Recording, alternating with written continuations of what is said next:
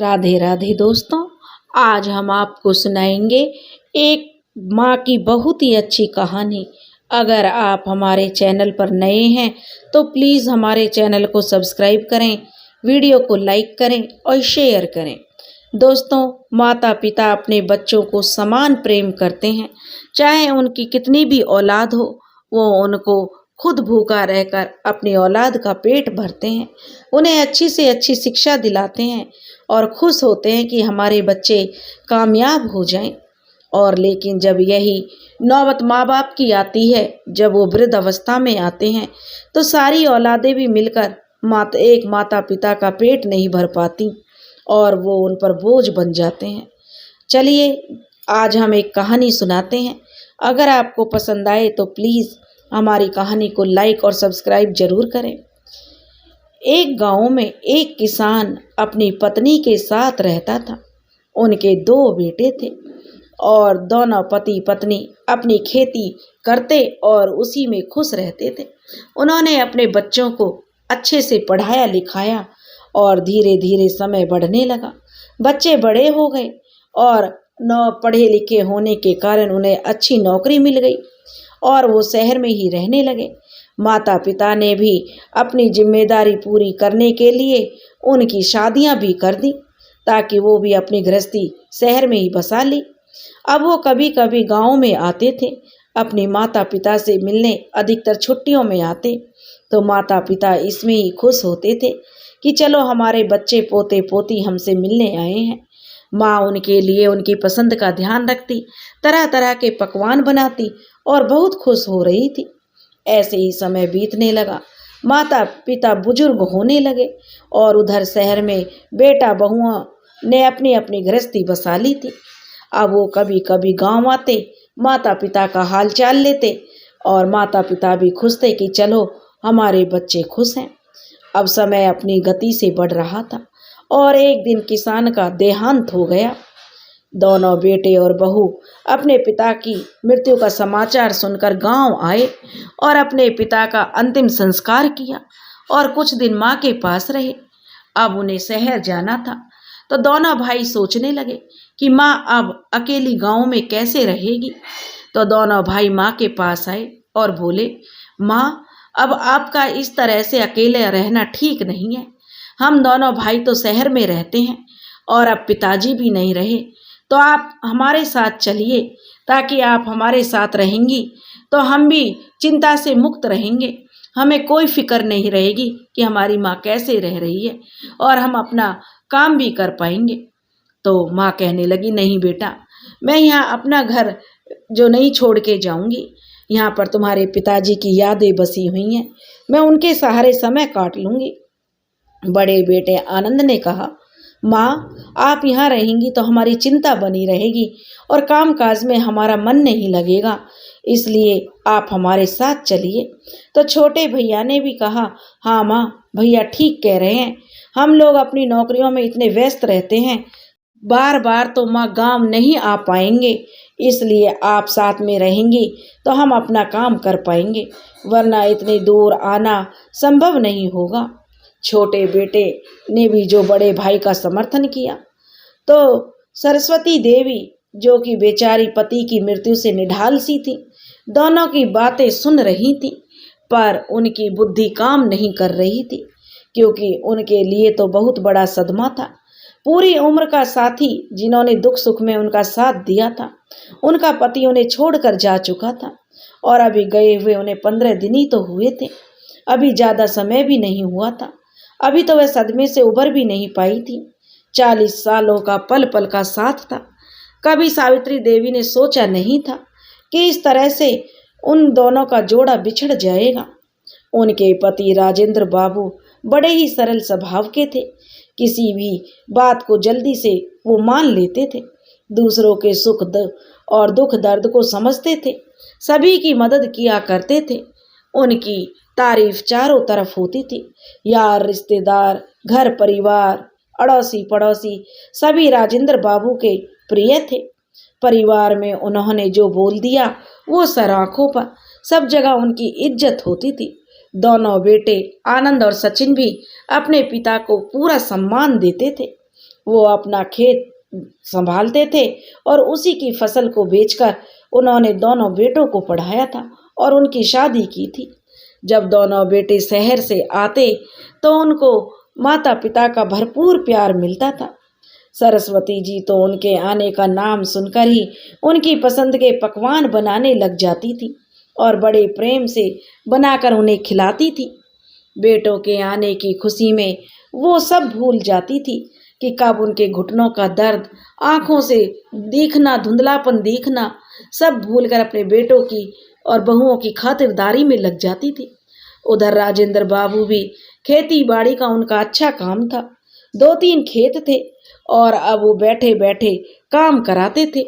उम्र के साथ साथ अब उनसे ज़्यादा काम नहीं होता था। उन्होंने खेत पर काम करने के लिए कुछ लोग रख लिए थे। जीवन अपनी गति से चल रहा था। दोनों बेटे बहू उन्हें शहर बुलाते थे, पर दोनों पति पत्नी का मन तो अपने गांव में ही रमता था। यहाँ के रहन सहन, खान पान को के जो वो आदी हो गए थे, ऐसा रहन सहन शहरों में कहाँ मिलता है। अच्छे भले दिन गुजर रहे थे। एक रात को राजेंद्र बाबू छत पर टहल रहे थे। अचानक उनका पैर फिसल गया और वो सिर के बल नीचे आ गिरे और वहीं उनके प्राण पखेरु उड़ गए। सारा परिवार उन्हें संभालने आ गया। सरस्वती जी का तो रो रो कर बुरा हाल था। दोनों बहुओं ने अपनी सासू माँ को संभाला था और दोनों बेटियों ने क्रियाकर्म कर दिए थे। अब बच्चों की पढ़ाई भी है और बेटों का ऑफिस भी। इसी वजह से दोनों जाने की जल्दी मचा रहे थे। सरस्वती जी अपना घर और गांव छोड़कर नहीं जाना चाहती थी और बेटे यहाँ रुक नहीं सकते थे।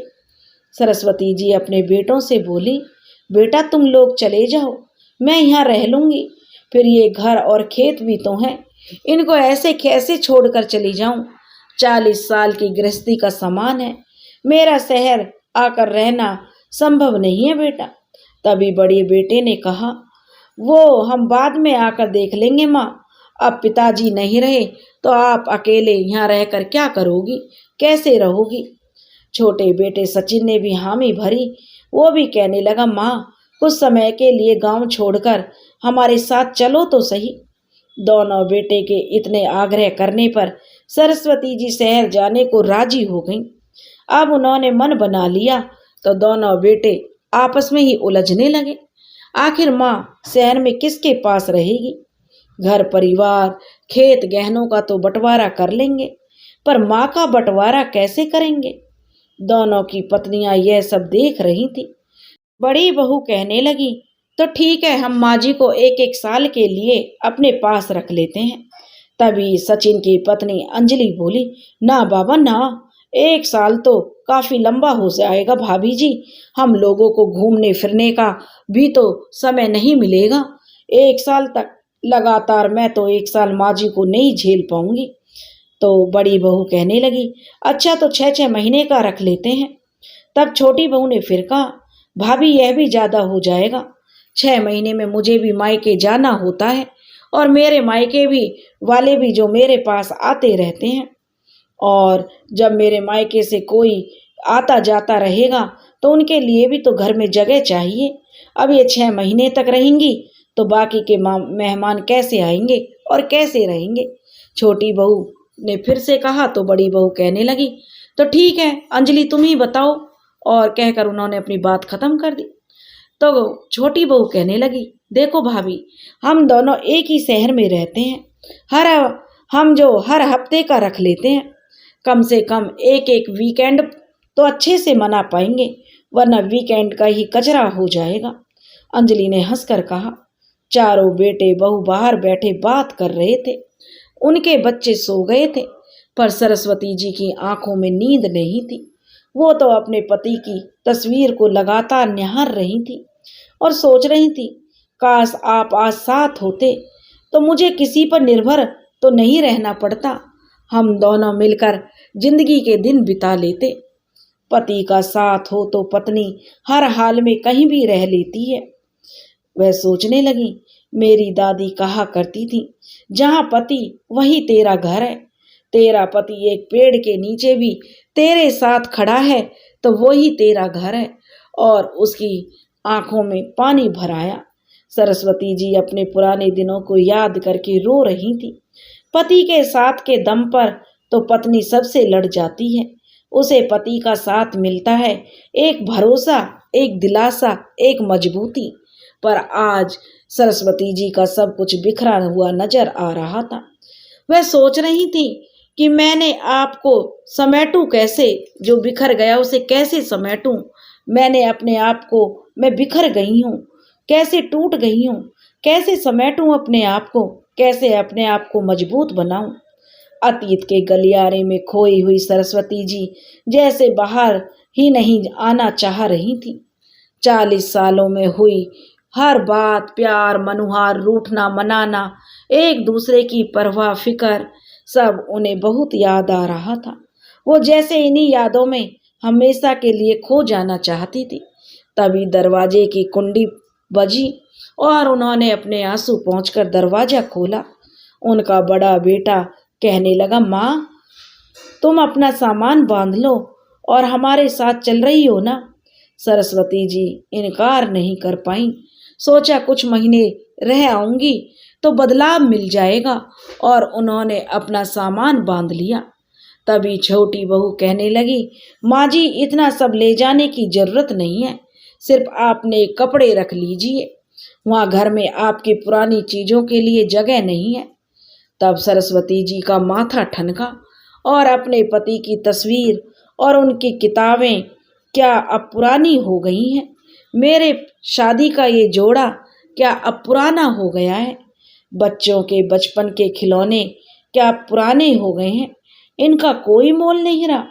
वो थोड़ी देर के लिए फिर टूटी, लेकिन जल्दी उन्होंने अपने आप को समेट लिया और फिर से जुड़ गई, और सब सामान रख के अपने कपड़े और कुछ पूजा का सामान रख लिया, और अपने घर, मोहल्ले, गांव से दूर जाने का दुख उन्हें मन ही मन में सालता रहा, और वो भारी कदमों से बाहर आ गई। कार बड़े बेटे आनंद के घर जाकर रुकी। आनंद का फ्लैट 4थी मंजिल पर था। लिफ्ट आ ही नहीं रही थी। वो तो बेचारी सीढ़ियां चढ़कर ऊपर आ गई। बड़े दिनों बाद सीढ़ियां चढ़ी थी तो हाफ गई।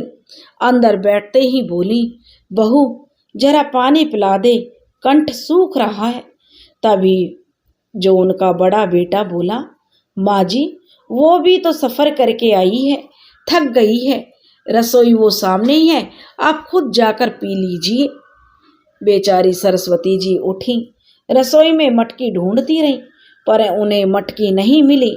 उन्होंने फिर अपने बड़े बेटे आनंद को आवाज लगाई, आनंद बेटा, यहाँ तो पानी की मटकी ही नहीं है। तभी बच्चे बोलने लगे, दादी, आरओ से पानी ले लीजिए, यहाँ मटकी नहीं है। उन्होंने पहली बार आरओ देखा तो उन्हें कुछ समझ नहीं आया। फिर भी उन्होंने कोशिश की और एक गिलास पानी लेकर पी लिया। अब उन्हें थोड़ी भूख लगने लगी थी। बहू तो कमरे में जाकर बैठ गई और कहने लगी, उसकी बेटा आया और बोला, माँ, हमारा खाना तो आज होटल से आ रहा है, अब आप तो बाहर का कुछ खाएंगी नहीं, तो अपने लिए कुछ बना लीजिए, उधर रसोई है। रसोई दिखाकर बड़ा बेटा अपने कमरे में चला गया। नए जमाने की गैस सरस्वती जी को चलाना नहीं आती थी। सामान का भी कुछ अता पता नहीं था।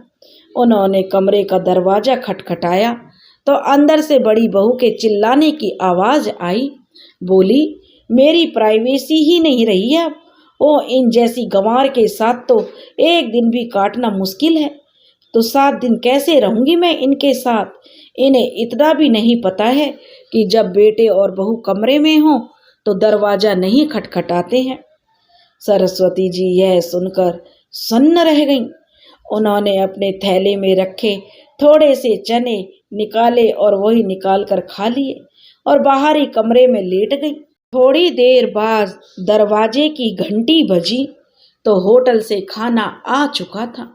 आनंद बाहर निकला और खाना और बच्चों को लेकर अपने कमरे में चला गया। बेचारी सरस्वती जी बाहर लेटी रहीं। शाम को आनंद का कमरा खुला। आनंद कमरे से बाहर निकला तो सरस्वती जी बोली, बेटा आनंद, मैं अपना सामान कहाँ रखूं? तो आनंद कहने लगा, माँ इधर स्टोर रूम में रख लीजिए। और वो टीवी देखने लगा। बड़ी बहू दिन भर थकान उतारने के बाद रात में सो गई और कहने लगी सरस्वती जी कि बेटा बहू कि मैं कुछ मदद करवा दूं। वो थोड़ी मदद करवाने लगी। रात का खाना खाकर वो सो गई। अभी आए हुए एक भी दिन नहीं हुआ और बहू बेटे को वो भारी लगने लगी। किसी तरह से 5-6 दिन निकले थे कि सोमवार की सुबह आनंद ऑफिस के लिए तैयार हुआ और बोला, माँ अपना सामान पैक कर लो, मैं आपको मेट्रो स्टेशन छोड़कर आ रहा हूँ। सरस्वती जी यह सुनकर हैरान रह गई। अभी तो आए हुए एक ही हफ्ता हुआ है। तो आनंद बोला, माँ मैंने और सचिन ने ये बंटवारा किया था कि आप एक सप्ताह मेरे घर रहेंगी और एक सप्ताह सचिन के घर रहेंगी। यह सुनकर सरस्वती जी कुछ नहीं बोली। आनंद बोला, चलिए माँ मैं आपको मेट्रो में बैठा आता हूँ और वहाँ से तुम्हें सचिन लेने आ जाएगा। बड़े बेटे बहू के घर रहने के बाद वो उत्साहित सी होकर छोटे बेटे के घर पहुंची तो घर पर कोई नहीं था। छोटा बेटा बोला, माँ बच्चे स्कूल गए हैं और तुम्हारी बहू किट्टी पार्टी में गई है। दोपहर को बच्चों को स्कूल से लेते हुए ही आएगी और मैं ऑफिस जा रहा हूँ। रसोई में कुछ रखा होगा तो लेकर खा लीजिएगा। यह कहकर सचिन भी चला गया। बेचारी सरस्वती जी रसोई में गईं। कैसरोल में 2 रात की रोटी और अचार रखा था। सरस्वती जी मन में सोचने लगी, ओ तो बहू ने मेरे आने की खुशी में यह खाना बनाया है और एक मैं थी। जब भी मेरे बेटा बहू घर आते तो मैं पकवानों के ढेर लगा देती थी। अंजलि भी दोपहर तक आ गई। वो अपने बच्चों के साथ ही व्यस्त हो गई। कभी उन्हें खाना दे रही थी, कभी उनके कपड़े चेंज करा रही थी, पर उसने अपनी सासू माँ से ज़्यादा बात नहीं की। सरस्वती जी अब अकेले रह रहकर परेशान हो गईं। एक कमरे में उनकी जिंदगी कट रही थी। नहीं तो बेटे बहू के पास समय था और ना ही पोते पोतियों के पास समय था। सबकी अपनी दुनिया थी। एक सप्ताह हो गया था तो उन्होंने आनंद को ही सचिन के घर बुला लिया और बोली, बेटा मुझे तो मेरे गांव छोड़कर आ जाओ, मेरा तो यहाँ मन नहीं लगता। मैं अपने घर और खेत खलिहानों के साथ में समय बिता लूंगी। आनंद कहने लगा, लेकिन माँ अब घर और खेत तो हमने बेचने के लिए बोल दिया है। जो भी पैसे आएंगे हम दोनों भाई आधा आधा बंटवारा कर लेंगे। अभी दोनों के घर छोटे हैं, देख रही हो ना माँ, तो बच्चों के हिसाब से हमें बड़े फ्लैट लेने हैं तो उसके लिए पैसा भी तो चाहिए। अब आपको वहाँ करना क्या है, एक सप्ताह हमारे साथ रहिए और एक सप्ताह सचिन के साथ रहिए और ऐसे ही दिन बिताइए। सरस्वती जी बोली, नहीं बेटा, वो मेरा घर है, वो मेरे खेत हैं, मैं उन्हें दूंगी और वो सब मेरा है, मैं किसी को नहीं दूंगी। मैं अब वहीं जाकर रहूंगी। तुम दोनों के घर मैंने रहकर देख लिया, मैं एक सप्ताह से ज़्यादा यहाँ नहीं रुक सकती। तुमने माँ का अनोखा बंटवारा किया है मेरे बेटों, यह मुझे जिंदगी भर याद रहेगा और अब घर खेत का बंटवारा मैं और नहीं होने दूंगी। तुमने माँ का स्वागत ऐसे किया, मैं तो बड़ी खुश होकर तुम्हारे साथ आई थी, लेकिन माँ का स्वागत कैसे किया जाता है आनंद? तूने परिवार के साथ कमरे में बंद होकर खाना खा लिया और माँ बाहर भूखी बैठी रही। और सचिन, तूने तो जो पहली बार जब माँ तेरे घर आई तो रात की ठंडी रोटी और अचार खिलाया, जो माँ तुम सबके लिए तरह तरह के पकवान बनाती थी, उसको 2 रोटी भी देना तुम पर भारी पड़ गया। तुम दोनों गांव का घर और खेत बेचकर नया घर खरीदने के लिए सोच रहे हो, बच्चों के लिए कमरा लेने को कह रहे हो और माँ के लिए कोई कमरा नहीं, माँ तो स्टोर रूम में रह लेगी ना। यह सुनते ही दोनों भाइयों की नजरें झुक गईं। वो कुछ नहीं कह पाए। सरस्वती जी बोली, मेरा गांव का घर नहीं बिकेगा, ना ही मेरे खेत बिकेंगे। मैं अपने अंतिम समय तक वहीं रहूंगी और यही मेरा आखिरी फैसला है। मेरे जीते जी तुम दोनों ने माँ का तो बंटवारा कर दिया, पर मेरे खेत और घर का अभी कोई बंटवारा नहीं होगा। मेरे मरने के बाद जो चाहे कर लेना। और एक काम कर आनंद, तू मेरे गांव की टिकट करा दे। मेरा तो तुम लोगों के घर में जो दम घुटता है, मैं तुम दोनों के साथ नहीं रह सकती। तब आनंद कहने लगा, माँ हम कार से छोड़ आते हैं। तो माँ कहने लगी, रहने दो।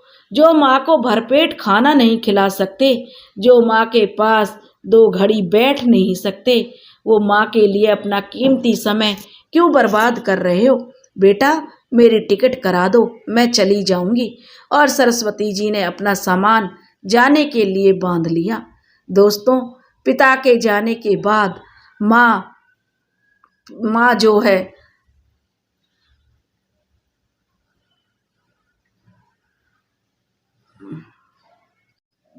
दोस्तों, पिता के जाने के बाद माँ का बंटवारा पहले होता है। माँ को कौन रखेगा, कितने समय के लिए रखेगा, इस पर बड़ी बहस होती है। लेकिन माँ की इच्छा क्या है वो कोई नहीं पूछता। माँ क्या चाहती है, वो किस बेटे के साथ और कितने दिनों तक रहना चाहती है, ये कोई नहीं जानना चाहता। माँ को बंधन में बांधना और उनका बंटवारा करना क्या उचित है? दोस्तों, अगर आपको हमारी कहानी पसंद आई हो तो प्लीज़ कमेंट्स करके हमें बताएं कि कैसी लगी। राधे राधे।